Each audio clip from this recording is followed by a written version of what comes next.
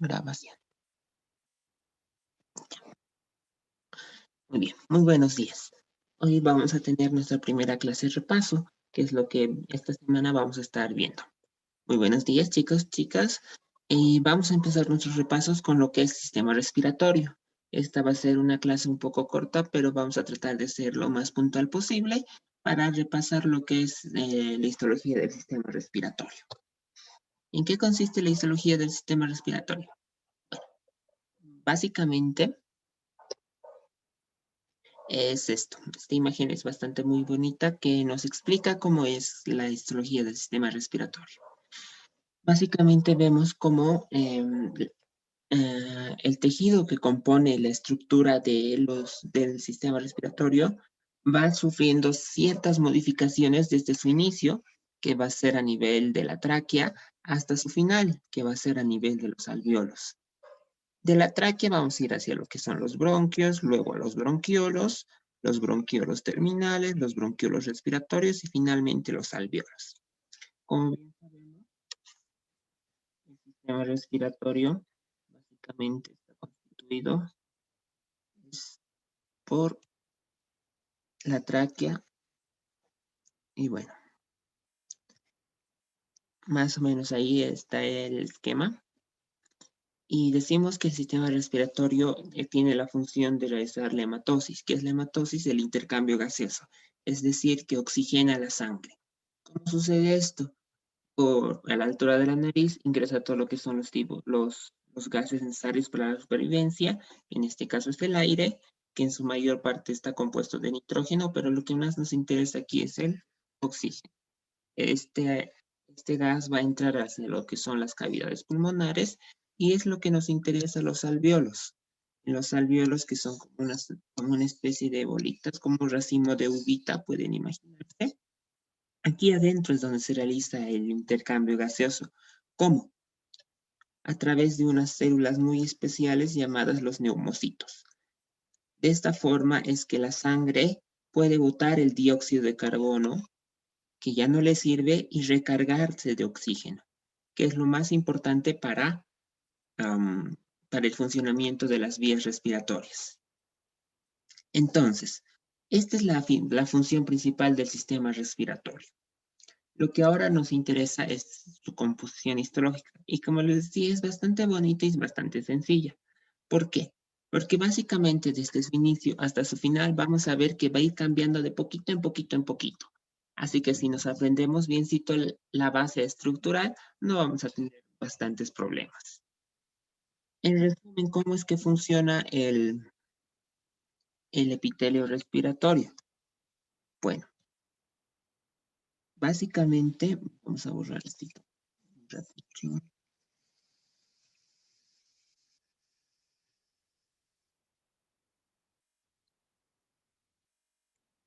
Ya. Básicamente está compuesto por, primero, una capa de epitelio, también llamada la mucosa. Mucosa. Este epitelio son unas celulitas así, de forma cilíndrica.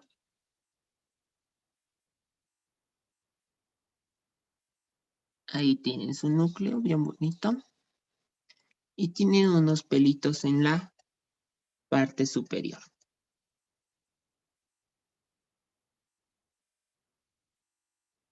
A este epitelio se le denomina como epitelio cilíndrico. Ciliado. También se le llama epitelio pseudoestratificado. ¿Por qué?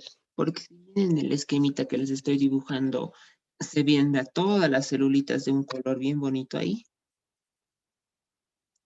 en la realidad no son así bien cilíndricas, sino que son así, una más arriba, otra aquícito, otra aquícito, otra aquícito. Y si bien pareciera que hubiera varias capas una sobre la otra, en realidad es solo una. Y es por eso que también se le llama epitelio cilíndrico pseudoestratificado, porque en realidad no tiene muchos estratos. Sabemos que un estrato es cuando un epitelio está uno sobre el otro, cuando son como bloquecitos. Uno está encima del otro. Cuando hay más de dos estratos, quiere decir que ya hablamos de un epitelio estratificado. En este caso no es así, Si bien pareciera que uno está sobre el otro, en realidad si se dan cuenta están como apretaditos. La parte de uno está bien abajo y la parte del otro está bien arriba. A esto se le llama epitelio pseudoestratificado. Y sus pelitos. Esto es lo que llamamos la mucosa. Y podemos ver aquí en la imagen también que está el epitelio pseudoestratificado y de esa forma que les digo. Si se dan cuenta, ahí tin, tin. Algunos parecieran más grandes, otros más pequeños. Este epitelio, pueden verlo ahí, ¿no? Ahí en ese zoom, se apoya sobre una lámina, si se dan cuenta, la lámina propia. Esto permite el ingreso a lo que es la llamada submucosa.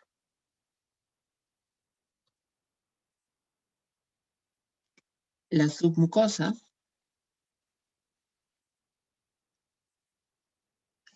está delimitada por esta lámina propia y aquí vamos a encontrarnos con tejido conectivo o conjuntivo laxo.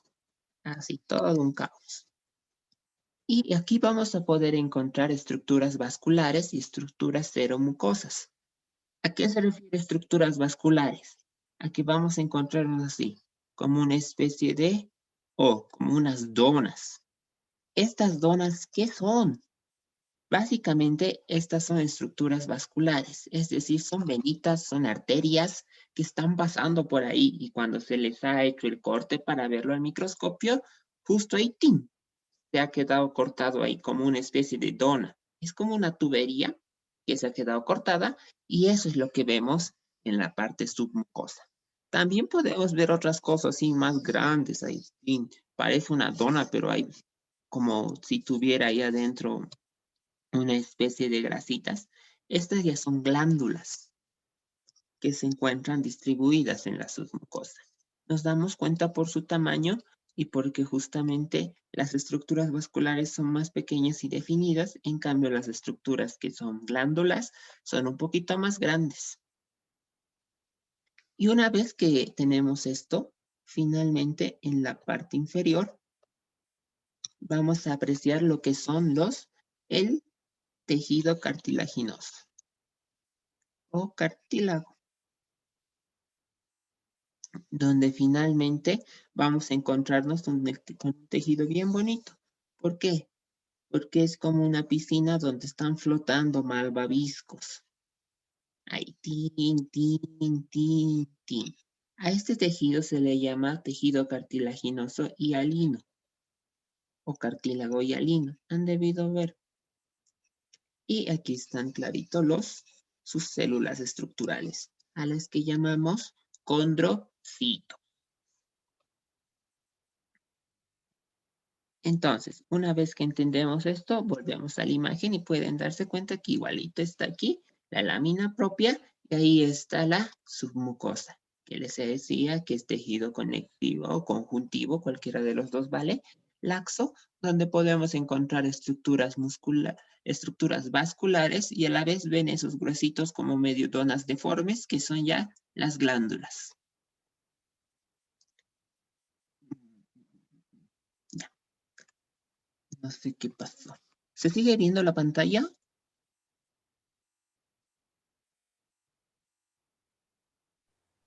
Sí. Está bien, no, parece que hubo una notificación del sistema y un ratito se interrumpió. Muy bien, continuemos entonces.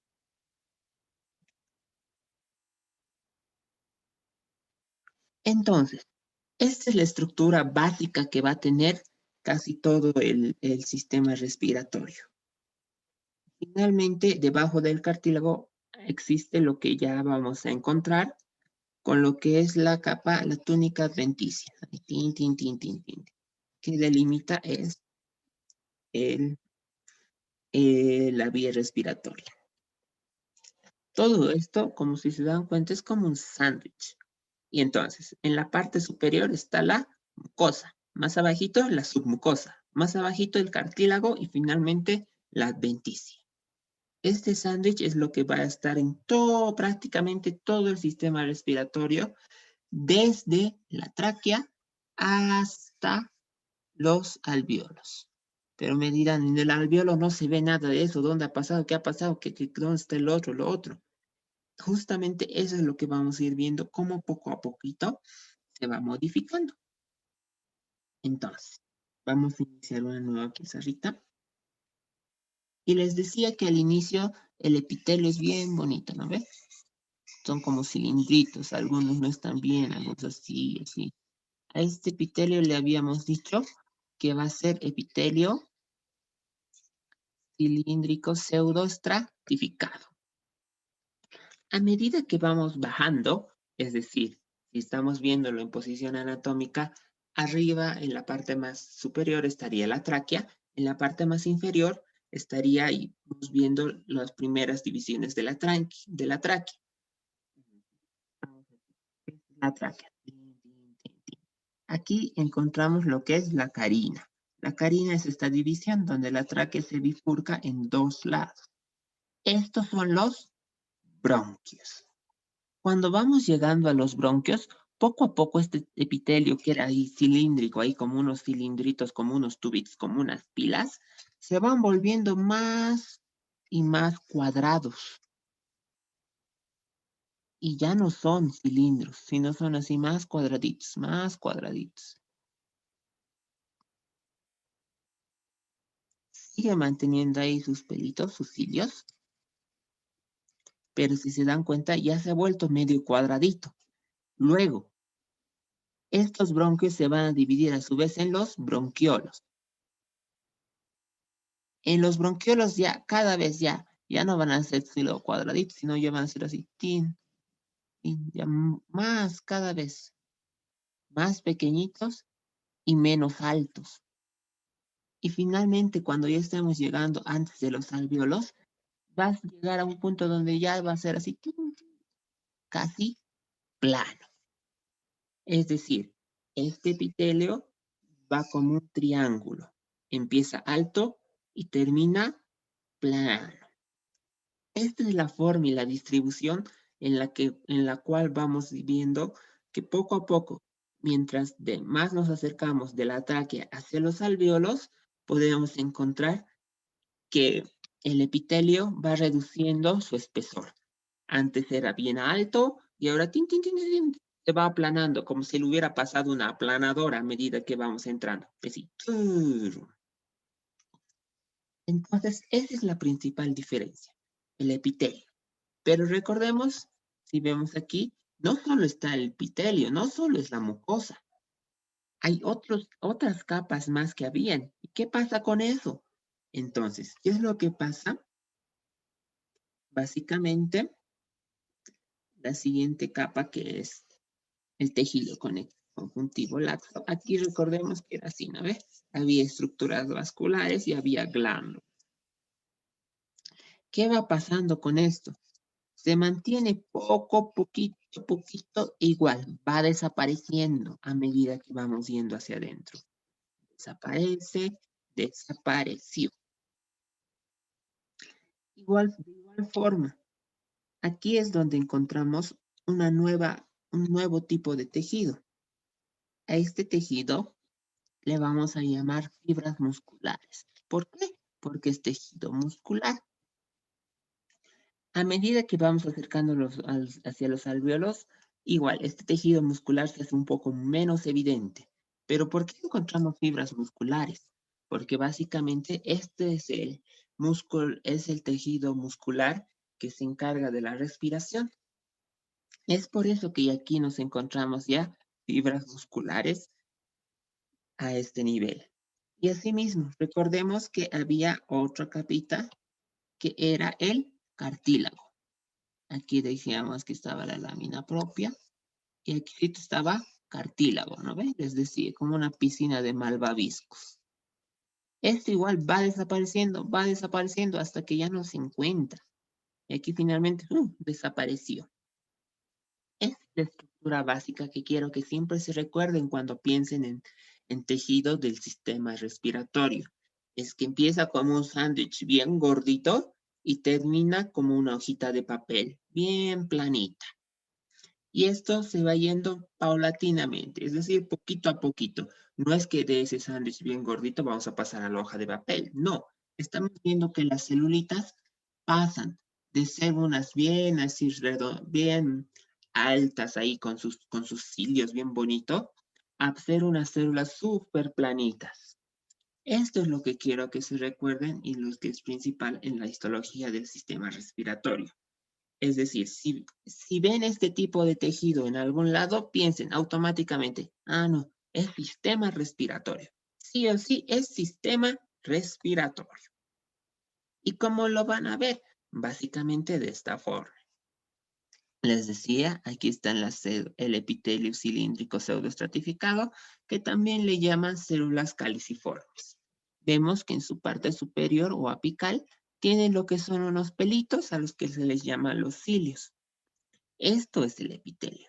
Luego viene la membrana basal o lámina propia y estamos viendo tejido conjuntivo, que les decía es tejido conjuntivo o conectivo, donde podemos encontrarnos estructuras vasculares que básicamente van a ser estas cositas, que son, como les decía, algunas vénulas, arteriolas y las membranas. Y no membranas, las glándulas. Entonces, vamos a recordar otra vez. Vemos otra vez aquí cito la imagen. Y podemos ver que a medida que vamos bajando, como les decía, va cambiando la estructura del epitelio. Aquí ya no están tan altas las células. Y aquí vemos lo que son las células de Clara, que son llamadas así porque tienen estas que son un poquito más, son más claritas a lo que vamos a ver, las otras células. Y principalmente porque tienen estas pequeñas como bolsitas. ¿Qué son estas bolsitas? Estas bolsitas básicamente son contenedores que tienen una sustancia química. ¿Por qué tenemos este tipo de células aquí? Porque aquí se regula lo que es la respuesta ante la alergia. No sé si alguno de ustedes tiene algún tipo de alergia, pero básicamente decimos la respuesta alérgica a que el cuerpo reacciona contra algo que no debería de estar ahí adentro. El cuerpo es bastante sabio y sabe qué cosas le pertenecen y qué cosas no. Es como cuando ustedes tienen su estuche de lápices ahí con su nombre. Entonces, ya, estos son mis colores. De repente aparece un color, un marcador que no es suyo. Entonces, esto no es mío, pero ahí el más vivo se lo agarra, ¿no? La cosa es que el cuerpo cuando reconoce algo que no le pertenece, lo primero que hace es tratar de eliminarlo. ¿Por qué? Porque no sabe si le va a hacer daño. Es por eso que existe la respuesta alergénica. Y en este caso, esto lo van a ver a mayor profundidad cuando estén llevando a lo que es fisiopatología, pero a grandes rasgos vamos a ver que actúa una sustancia química llamada histamina.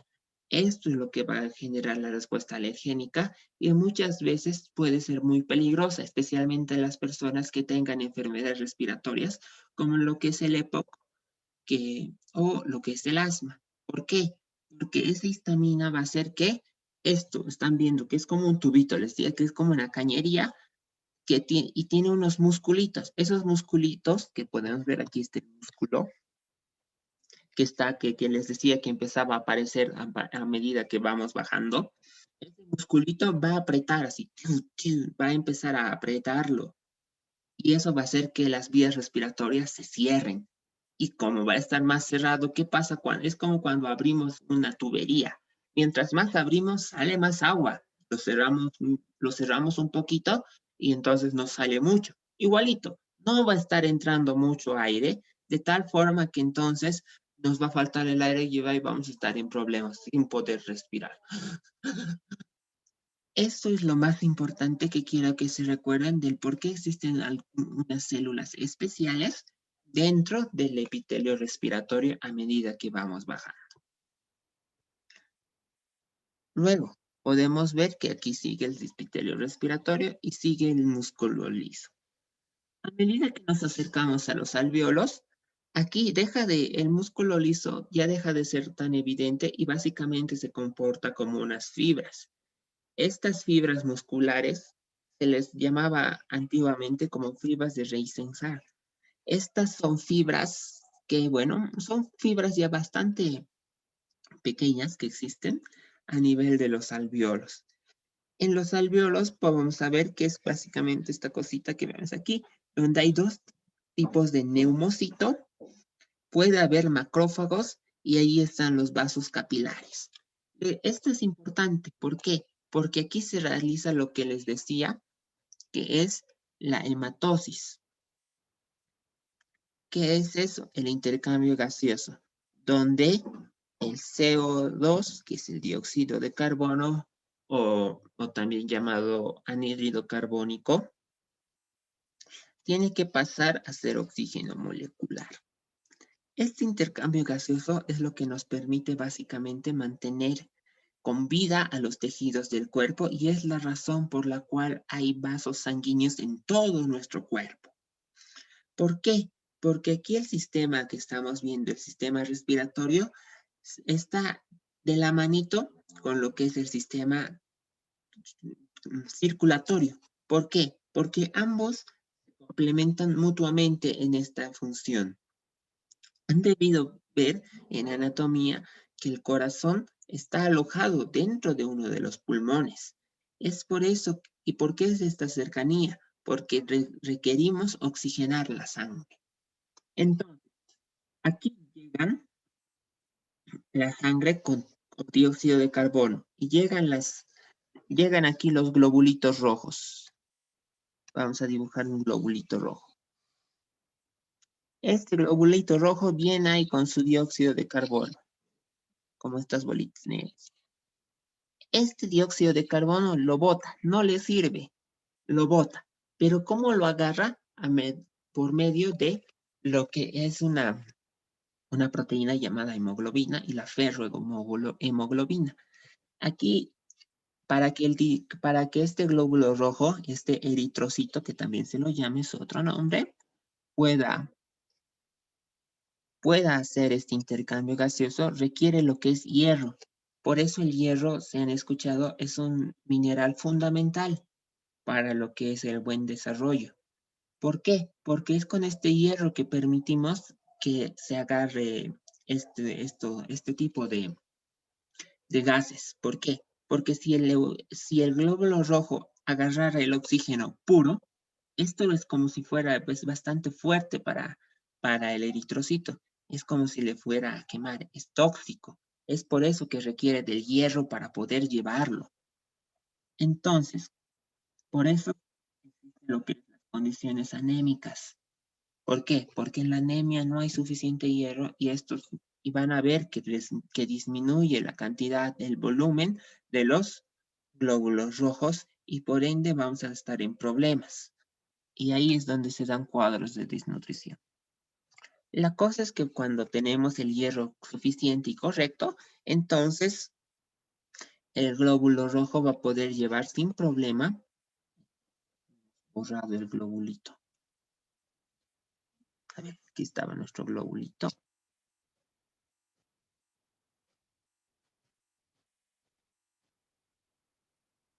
Ahí estaba nuestro globulito rojo y va a poder llevarse el oxígeno.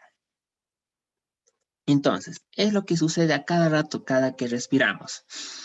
Inspiramos, exhalamos. ¿Por qué?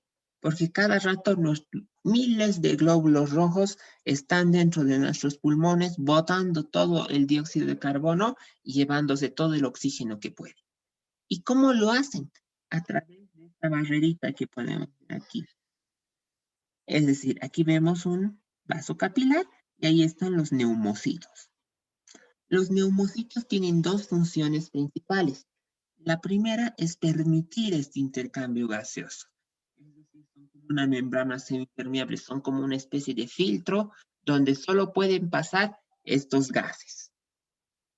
Y la segunda es la producción de una sustancia muy importante llamada surfactante.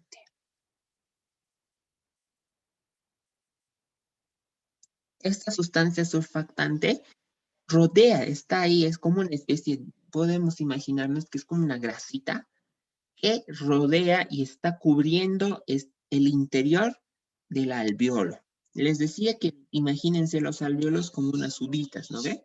Son redonditos, son como unos globitos. Por dentro está recubierto de este surfactante, de tal forma que esto le protege de colapsar. ¿A qué se refiere colapsar? Si son como unos globitos y estamos manejando cada rato entra, sale gases, esto lo somete a bastante presión. Y un globo común y corriente, si lo hacemos así, si lo inflamos, a ver, inflen un globo ahí, puede en cualquier momento ¡boom!, estallar. Y bueno, el globo ya fue, compramos otro, no hay problema. Pero cuando son los alveolos, esto no puede suceder. Es por eso que este surfactante lo que protege es esto, el colapso alveolar. Si llegase a faltar surfactante, es posible que se dé este cuadro de colapso alveolar y vamos a estar en problemas. Es por eso que es muy importante tanto estos neumocitos de tipo 1 y de tipo 2. ¿Por qué? Porque permiten el intercambio gaseoso y porque producen el surfactante. Han debido escuchar también en embriología que esto es bastante importante para la supervivencia del recién nacido. ¿Por qué? Muchas personas nacen de forma prematura y no se ha generado todavía este surfactante. Y eso es la principal razón para que evita la supervivencia de estos partos prematuros. Es por eso que es muy importante que se desarrolle correctamente el pulmón. ¿Por qué? Porque sin estos factores que estamos hablando, es imposible poder respirar adecuadamente una vez que estamos en el medio externo. Porque nosotros, como les decimos, si bien requerimos oxígeno molecular, nosotros cuando respiramos ahorita aquí, a no ser que alguien esté con oxígeno, lo que respiramos es aire. Y el aire aquí en nuestro planeta no es únicamente oxígeno, sino son bastantes gases, muchos más gases peligrosos ahora que la contaminación ha llegado a niveles bastante altos.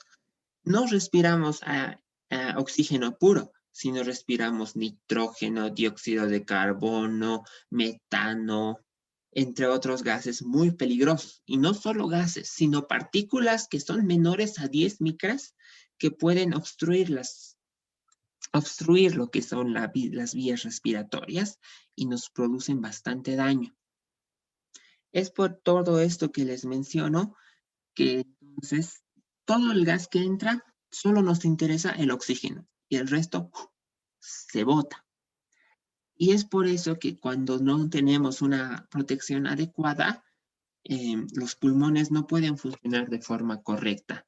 Bien sería que el aire fuera completamente oxígeno, pues todos podríamos respirar bien felices, pero las cosas no son así. Es por eso que cuando nos exponemos a un medio donde no hay aire, por lo general nos vamos con oxígeno. Han debido ver los buzos o los cosmonautas llevan mochilas que están con oxígeno. ¿Por qué? Porque no pueden respirar, no hay nada en el espacio, es vacío prácticamente. Y bueno, dentro del agua, si bien hay oxígeno en el agua, mm, como especie, los seres humanos no podemos obtener oxígeno del agua. Es por eso que existen las mochilas, los tanques de oxígeno que nos permiten respirar. Y mucho más ahora en la situación actual, donde cuando hay personas que están con insuficiencia respiratoria por las enfermedades respiratorias que existen en estas fechas, mm, muchas veces se les apoya con ventilación mecánica de oxígeno puro. ¿Por qué? Porque el pulmón no siempre tiene la capacidad de hacer este trabajo que normalmente lo haría en situaciones normales, pero que en este tipo de situaciones no lo hace tan bien. No puede hacerlo y es por eso que requiere de una constante suministro de oxígeno. Muy bien. Básicamente eso sería Em, esto sería básicamente la histología del sistema respiratorio, como hemos visto, es bastante sencilla y no hay muchas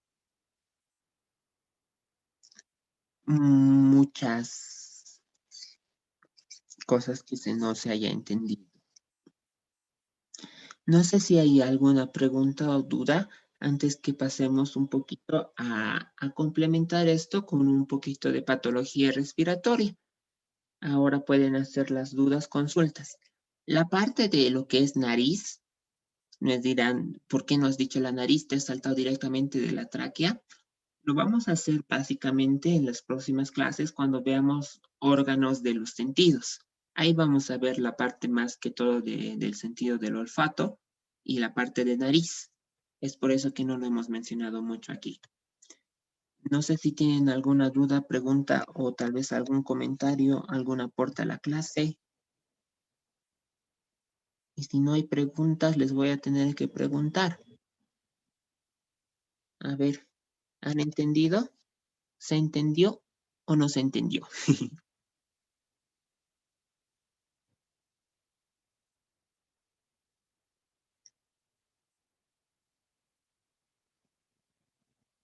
A ver, 2 personas al azar vamos a hacer. Mm, mm, mm. A ver, María Luisa Mamani, ¿hay alguna duda, consulta? Todo está entendido.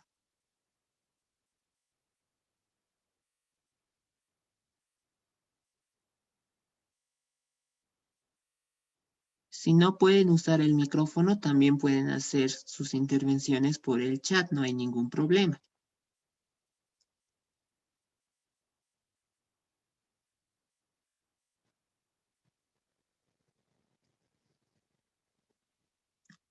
A ver, otra persona. Mm, mm. Dante Colque, ¿hay alguna duda, consulta o está todo entendido? Buenos días, doctor. Sí, quería preguntarle acerca de la función que cumplen los neumocitos 2. Esa parte no pude escuchar, según el gráfico que estoy viendo. Muy bien. Les decía que los neumocitos, el de tipo 1 tiene una función como de filtro, es decir, permite el intercambio gaseoso. En cambio, el neumocito tipo 2 podemos ver que son un poquito más grandecitos. Tienen la función muy importante de producir una sustancia que hemos llamado surfactante, que les decía es como una capa de grasita que recubre el alveolo por dentro y que lo protege de que colapse. Entonces, ¿cuál es la función primordial y principal de los neumocitos de tipo 2? Es la producción de surfactante. Muy bien. ¿Hay alguna otra duda, consulta antes que pasemos a la parte de patología para terminar esto? El surfactante es el que evita que colapse, dijo, ¿verdad, doctor? Sí, es como una grasita que evita el colapso alveolar. Es decir, es una protección para el alveolo. Gracias. Muy bien. ¿Hay alguna otra consulta? ¿Alguien quiere contar un chiste? Creo que no hay más consultas. Muy bien. Entonces, vamos a concluir este repaso, este primer repaso, con lo que es hablar un poquito sobre patologías del sistema respiratorio. ¿Por qué? Porque de nada, la idea de que aprendamos todo esto es que nos sirva para combatir las diferentes enfermedades que existen. Entonces, cuando hablamos de patologías, estamos hablando de enfermedades. Entonces, ¿qué es lo que sucede con las patologías del sistema respiratorio? La mayoría de estas podemos hablar de patologías que se deben a un origen patógeno propiamente dicho, ya sea por un microorganismo presente o ya sea por factores endógenos. ¿Qué es lo que sucede en cualquier patología? Que va a evitar el correcto funcionamiento lo que es principalmente la unidad funcional del pulmón, que son los alvéolos. Y es por eso que nos presentan las dificultades respiratorias. Cuando hablamos de dificultades respiratorias, aquí podemos distinguir lo que es la disnea, la apnea, que son condiciones en las cuales nos encontramos. En la primera, con dificultad respiratoria, es decir, que no podemos